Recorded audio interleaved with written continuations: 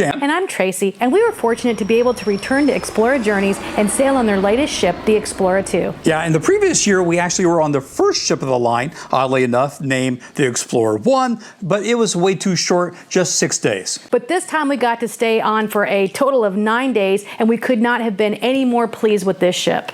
Now, we believe that cruising is a personal experience, and different people can have different perspectives and experiences, even on the same cruise. So keep that in mind for this review, as these are just our observations and thoughts of this one cruise on the Explorer 2. So what we're going to be doing is we'll be looking at specific categories, and then we're going to list the top 3 things that we loved about this ship and the 3 things that we think that they could have done a little bit better. And the categories we're going to be looking at is the ship, our cabin, the service, the food, and the entertainment and opportunities for relaxation.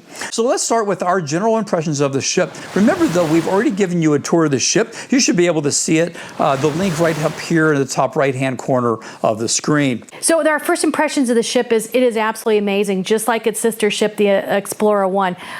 Beautifully designed spaces, very curated areas, beautiful decor. Have you ever been to a place that's so warm and inviting that you just want to stay there? That's exactly how this ship is, with the warm woods and the decor and just how it's actually laid out. It's just one of those places you want to just come in and relax in their spaces. And there are some parts of the ship that feel more like a boutique hotel, which was exactly the intent of Explora Journeys when they designed these ships. And the place that really reminded me of kind of a boutique hotel or a 5-star hotel actually is the conservatory. The conservatory is the really large pool, has a retractable roof, and in the evening you got to walk through. It's lit up and it's just so opulent. It truly makes that feeling like you are in a 5-star or a boutique hotel. It's fantastic. Speaking of pools, quite frankly, I don't think that I'm wrong in this. I believe there are more pools on this ship than you are going to find on most mass market ships that are like 3 or 4 or 5 times the size. So in addition to all the outdoor pools, let's just talk about the outdoor spaces that you can go and enjoy there.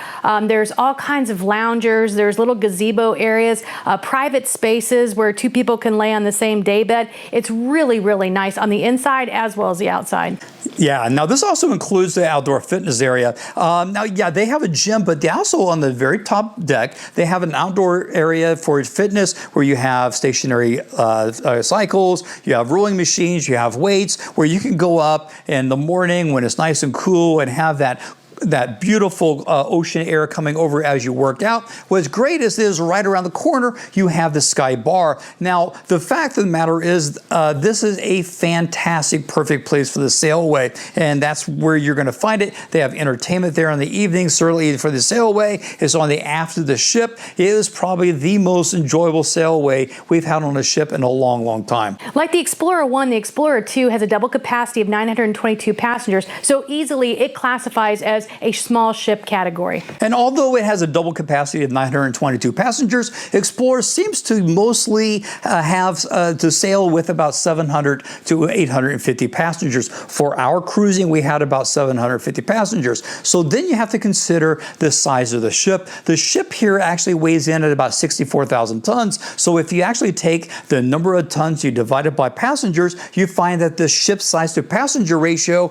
is just as large, if not larger, than most of the other ships in the ultra luxury market. So yeah, you feel pretty good on ship. But there are some spaces there that seem a little bit too tight for us. While we really love the lobby bar, which is right in the atrium, it's a beautiful space, but there's just too few seats to allow more than just a few guests to enjoy that area. Yeah, we also have the same issue with the Astern Lounge. We love the Astern Lounge. We go there, we play things such as trivia, which is great. However, its design has it being kind of long and it's not really wide. This kind of limits the number of passengers who might be able to go there for presentations. They do a lot of their enrichment there or their nighttime entertainment. So while we were on our cruise, the size of the spaces didn't really bother us. However, if this was sailing at full capacity, I think it would be a little bit too congested. And an area you don't feel constrained by space is your cabin. And we had the smallest cabin on the ship, but that doesn't mean it's small. We had an Ocean Terrace, which has an impressive 377 square feet of space. So inside the suite itself, there is a really lovely sitting area.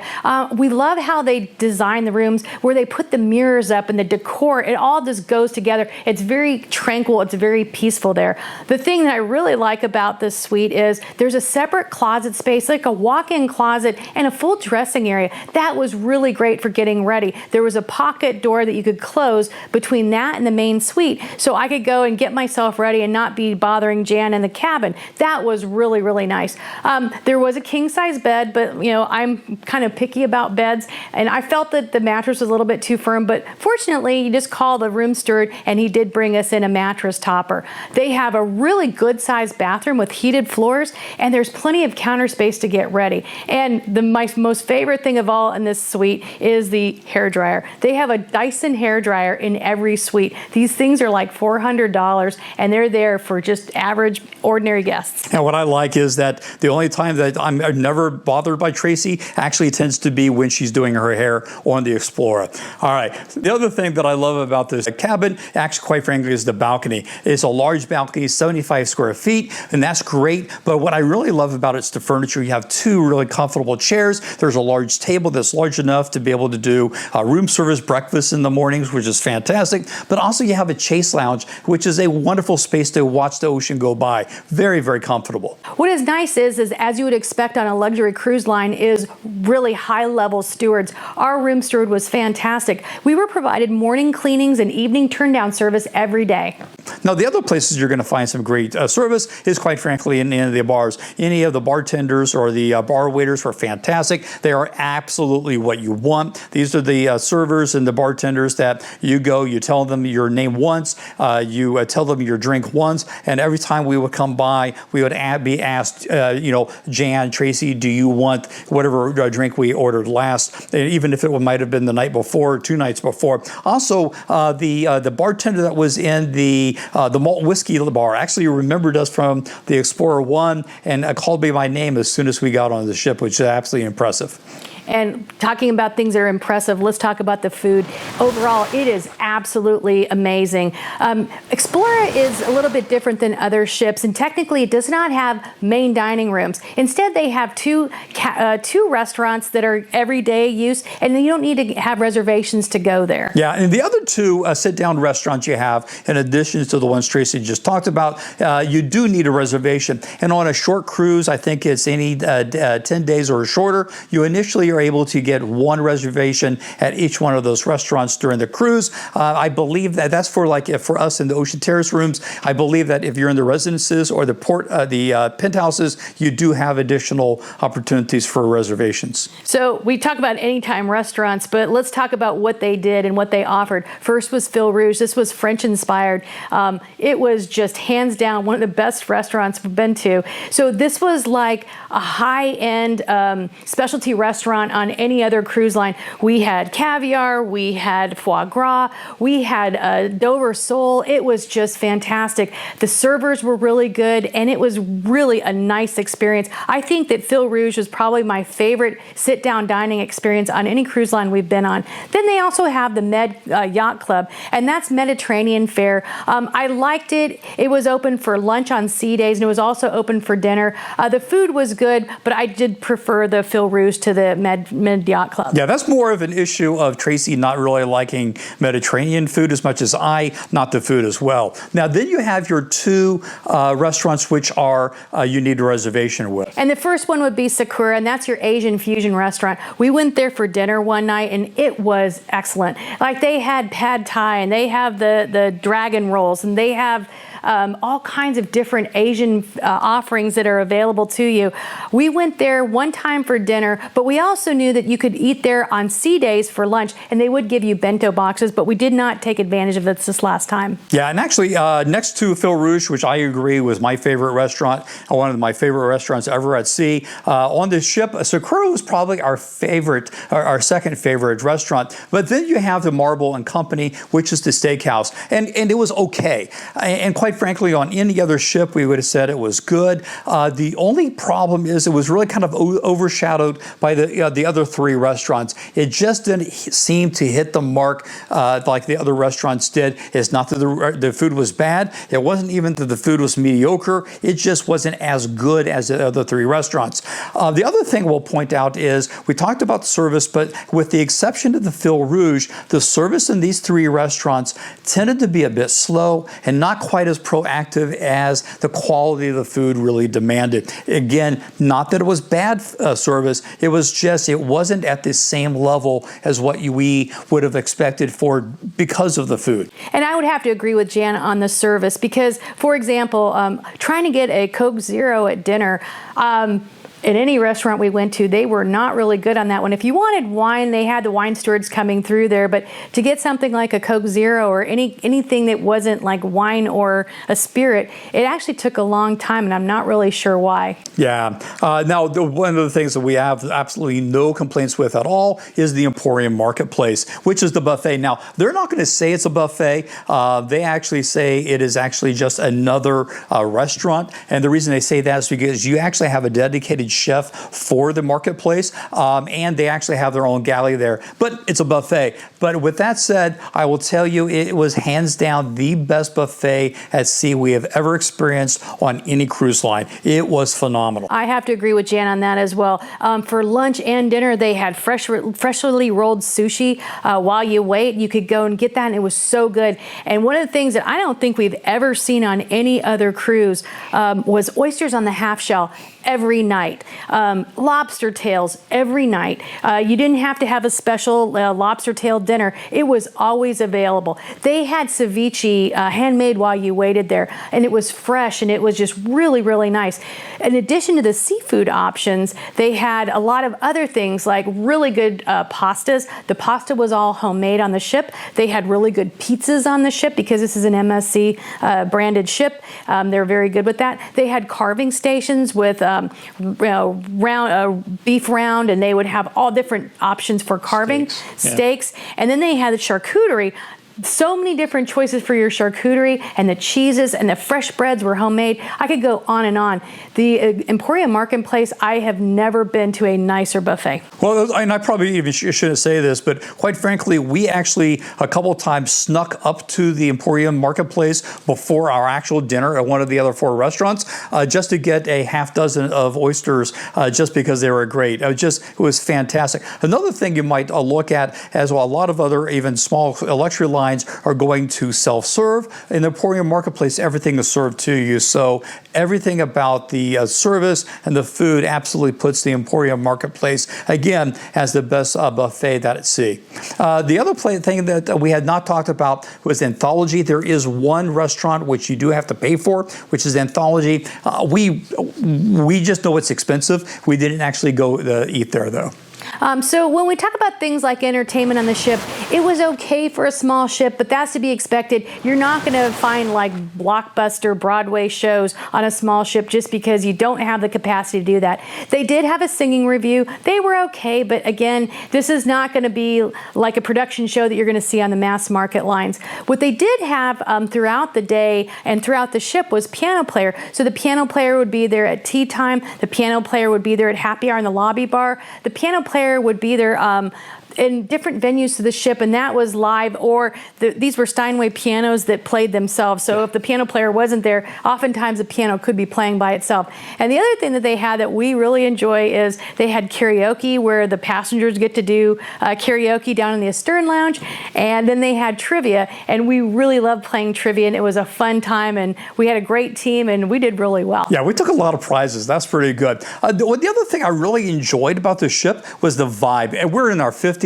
It's always nice to have people that are more closer to your age. That is something we don't necessarily get to enjoy when we go on other ultra luxury or even small luxury cruise lines. But I would say that the median age was about in the 60s, which gives it a much different vibe, especially as a sailaway we're talking about. The other thing we did that we hadn't done on another cruise ship before, because usually they're too expensive, is what Explora calls their chef's table. This is their culinary education program. So one of our sea days, what we did is we went there at 10 o'clock and we learned to make risotto. Actually, it was the executive chef from the Emporium Marketplace was actually our instructor. He had a sous chef that was there with us, walked us through how to make the risotto, and I'll tell you, actually, it was pretty good. And by the way, what I would recommend if you're going to do that, do the 10 o'clock on a sea day,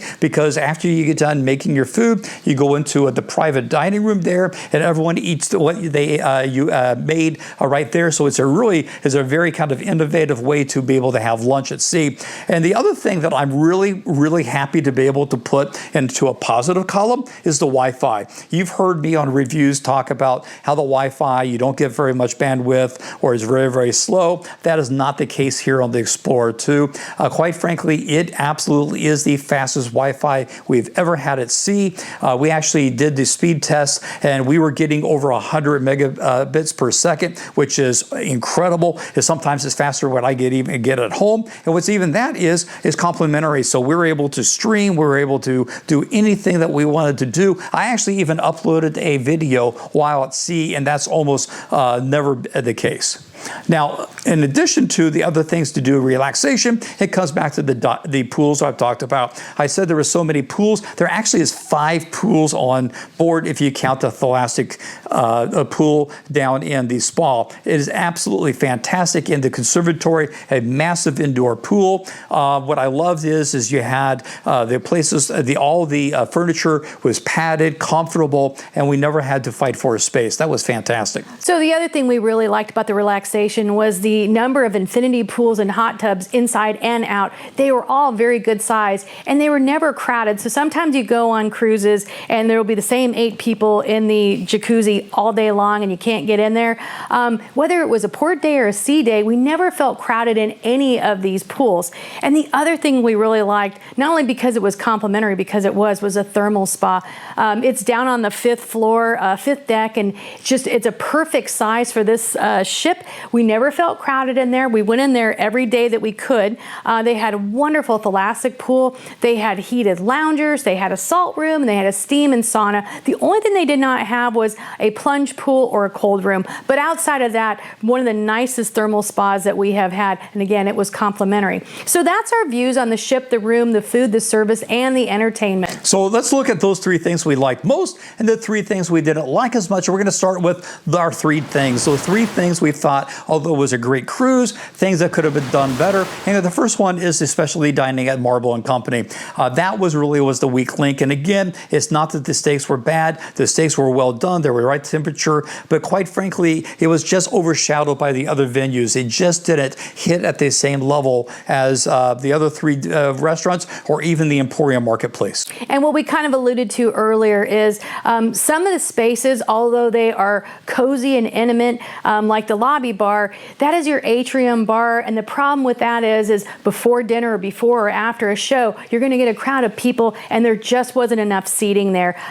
So if you were on a fully passenger ship, which we were not, it would probably be very hard to get seating in some of these more intimate spaces. And the third down for us really kind of surprised me was the upselling. And it wasn't necessarily upselling of drink packages. All your drinks are complimentary. It wasn't the upselling for especially restaurants, because all the restaurants with the exception of Anthology were included. It actually was for their tasting experiences.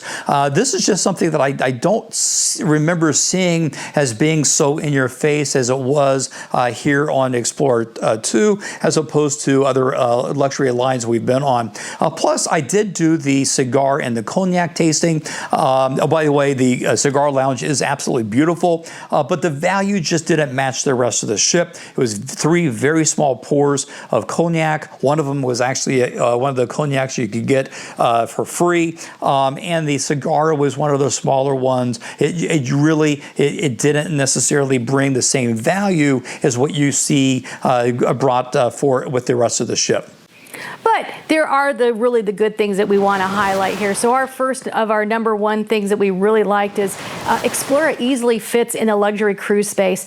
It is nearly fully inclusive outside of the excursions, which were a little bit kind of pricey. But everything is complimentary. Your Wi-Fi, your dining, your coffee bar, the drinks, the exceptional baseline rooms. That was all part of the inclusive value of it. And this is what you are looking for when you're going on a luxury cruise. And the other thing that really blew us away, and absolutely is a must sustain, and we were really surprised by, was quite frankly the number of pools and the number of outdoor spaces. I mean, 5 pools. It seems like everywhere you went outside, you were stripping over a hot tub. We could get into the pools. We could get into the hot tubs, not a problem. You could be able to relax, no problem. You didn't have to hunt and peck trying to get a place to lay down and get some rays or just relax. It had a great mix of areas where you could get to talk to people outside if you wanted, but if you just wanted those quiet little areas, I think is actually around the Astern lounge, or it was the Astern or one of the lounges. There's a beautiful little kind of like outdoor area that is just kind of a little nook that if you just wanted the place to be able to be quiet and bring your Kindle to read a book, perfect places to go do that all across the ship. And the last of our top threes I have to go back to is the food. Whether it was in the everyday places like Fil Rouge, which ended up being our favorite restaurant on the ship, or if it was in the Emporium Marketplace with the, oysters on the half shell and ceviche and fresh sushi and lobster tails. When you went in this steakhouse, the steaks were good. The Sakura was fantastic in a beautiful venue. The food there was just outstanding. There wasn't a bad meal to be had on that ship. Yeah, all right. So these are our 3 ups and 3 downs. Now let's talk about who do we think this line is best for and who it's not. Let's start about who I think this is really not for. Now, Explora Journeys does have a kids program online. Now, by the way, that just put a shudder through a lot of people that are listening to this. We didn't see any kids. I think total there was like 6 kids online. It wasn't that. And that's probably the reason why I would say this is not, if you have kids, you thought, hey, they have a kids program, let's bring our kids. They have a small little area for the kids program. Very nice people that work there. It's small. I do believe in the Explora 3 and 4 is going to be larger. But if I was a kid, outside of that one area, really this is not a cruise that really facilitates to them. And I would imagine they would get pretty bored very quickly. But who is it for? Quite frankly, if you're someone who likes those small luxury cruise ships, your ultra luxury ships, this absolutely is a great value. And quite frankly, it is very clear MSC, by launching this brand of Explora Journeys, they've put a target on the regions, the Silver Seas, the Seabourns, the Vikings, the Oceanas, and others. And quite frankly, although they don't have the included excursions, I think they are really close to being an absolutely major competition for these. So, all right. So that is our review of the Explora 2. Go on and watch this video to be able to continue on with our story. And as always, keep on traveling.